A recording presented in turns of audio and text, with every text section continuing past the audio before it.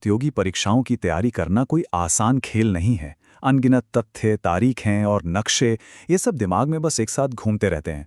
और भूगोल के तथ्यों को रटना, वो तो अक्सर ऐसा लगता है जैसे मुट्ठी से रेत फिसल रही हो।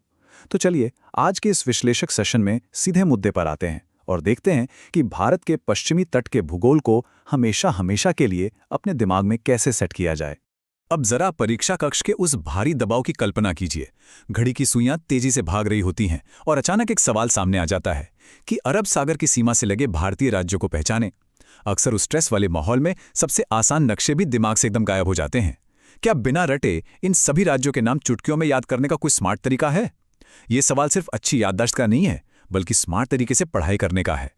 और यहीं पर एक बहुत ही शानदार हैक हमारे काम आता है। ये कोई आम बोरिंग लिस्ट नहीं है, बल्कि एक ऐसा असरदार तरीका है जो इन पेचीदा भौगोलिक जानकारियों को हमेशा के लिए हमारे दिमाग में लॉक कर देता है। इसमें रटने का कोई झंझट ही नहीं है। इसमें एक ऐसा मजेदार वाक्य छिपा है जिसे बस एक बार सुन लिया तो भुलाना सच में नामुमकिन है। अब इस वाक्य को सुनिए, काका गुम होकर गोवा चले गए। है ना काफी अजीब और मजेदार? मानव मस्तिष्क की यह खासियत है कि वो असामान्य और मजाकिया चीजों को बहुत जल्दी कैच करता है। एक भटके हुए काका का गोवा पहुंच जाना सुनने में भले ही किसी चुटकुले जैसा लगे, लेकिन यकीन मानिए, ये एक बहुत ही पावरफुल मेमोरी एंकर है। यही वो मास्टर की है जो पूरे पश्चिमी तट की जानकारी को हमारे लिए खोलती है। तो चलिए इस रहस्यमयी वाक्य को डिकोड करते हैं। इसके हर एक अक्षर या शब्दांश में एक पूरा का पूरा राज्य छिपा हुआ है।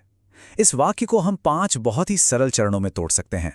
पहला का, दूसरा का, फिर गु, उसके बाद म और अंत में गोवा।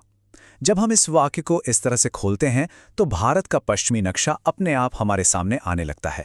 शुरुआत करते हैं हमारे पहले अक्षर का से। ये का सीधे तौर पर संकेत देता है कर्नाटक राज्य का। ताड़ के पेड़ों और समुद्र की लहरों से सजे कर्नाटक का लंबा और खूबसूरत तट अरब सागर के साथ एक बहुत ही प्रमुख सीमा बनाता है। ये नाम सुनते ही हमें तुरंत याद आ जाता है कि हम एक तटीय क्षेत्र की बात कर रहे हैं। और फिर आता है दूसरा का। यहां से हमारा सफर थोड़ा और दक्षिण की तरफ बढ़ता है, यानी केरल की ओर। पारंपरिक हाउस बोट्स और बैकवाटर्स की तस्वीर तुरंत इस राज्य की पहचान करा देती है। गॉड्स ओन कंट्री के नाम से मशहूर केरल अपने शांत समुद्री तटों के लिए विश्व स्तर पर प्रसिद्ध है। तो इन 2 का शब्दों ने पश्चिमी तट के दक्षिण पश्चिमी हिस्से को पूरी तरह से कवर कर लिया। चलिए अब आगे बढ़ते हैं और देखते हैं कि यह सफर कैसे जुड़ता है। हमारे वाक्य का अगला शब्दांश है गु, और गु से बनता है, बिल्कुल सही, गुजरात।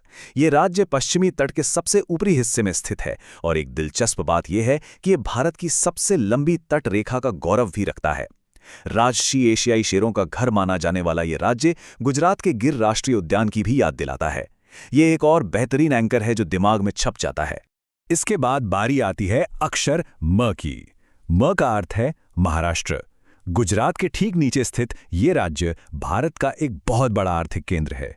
अरब सागर के ठीक किनारे शान से खड़ा गेटवे ऑफ इंडिया तुरंत इस राज्य की याद दिलाता है। ये विजुअल हिंट महाराष्ट्र को याद रखने में बहुत मदद करता है। और अंत में काका की इस मजेदार यात्रा का अंतिम पड़ाव, गोवा। वाक्य के अंतिम शब्द ही इस छोटे और खूबसूरत राज्य का नाम है। गोवा अपनी धूप वाली लोकेशन और शानदार समुद्री तटों के लिए दुनिया भर में जाना जाता है। तो देखा, इस तरह काका की एक छोटी सी यात्रा ने हमें बिना किसी एक्स्ट्रा मेहनत के पश्चिमी तट के सारे राज्यों की सैर करा दी। तो यहाँ सबसे महत्वपूर्ण पॉइंट क्या निकल कर आया, वो ये कि अरब सागर से लगे हुए राज्यों की कुल संख्या एकदम सटीक 5 है, न 4 न 6। याद रखने वाली बात यह है कि भारत के पश्चिमी तट पर ठीक 5 राज्य हैं। परीक्षा के दौरान ये नंबर एक फाइनल चेक पॉइंट के रूप में काम करता है। यदि लिस्ट में 5 राज्य आ गए हैं तो समझ लीजिए कि उत्तर 100% सही है। लेकिन रुकिए, क्या भूगोल का ये पाठ बस यहीं समाप्त हो जाता है? क्या भारत के पश्चिमी तट पर केवल ये 5 राज्य ही मौजूद हैं? अक्सर यहीं पर हमसे एक छोटी सी चूक हो जाती है। किसी भी विषय में पूरी महारत हासिल करने के लिए हमें उसकी हर एक बारीकी को समझना होता है। तो चलिए इस तस्वीर के उस अंतिम और बहुत ही जरूरी हिस्से की ओर बढ़ते हैं जिसे कई बार नजरअंदाज कर दिया जाता है। और वो छूटा हुआ हिस्सा है संख्या 2। असली तथ्य यह है कि इन 5 राज्यों के अलावा पश्चिमी तट पर ठीक 2 केंद्र शासित प्रदेश यानी यूनियन टेरिटरीज भी स्थित हैं। सिर्फ राज्यों के नाम याद कर लेना ही काफी नहीं है। इन 2 क्षेत्रों को याद रखना हमारे भौगोलिक नक्शे को पूरी तरह से मुकम्मल करता है। और ये 2 केंद्र शासित प्रदेश हैं, दमन व दीव और दादर व नगर हवेली।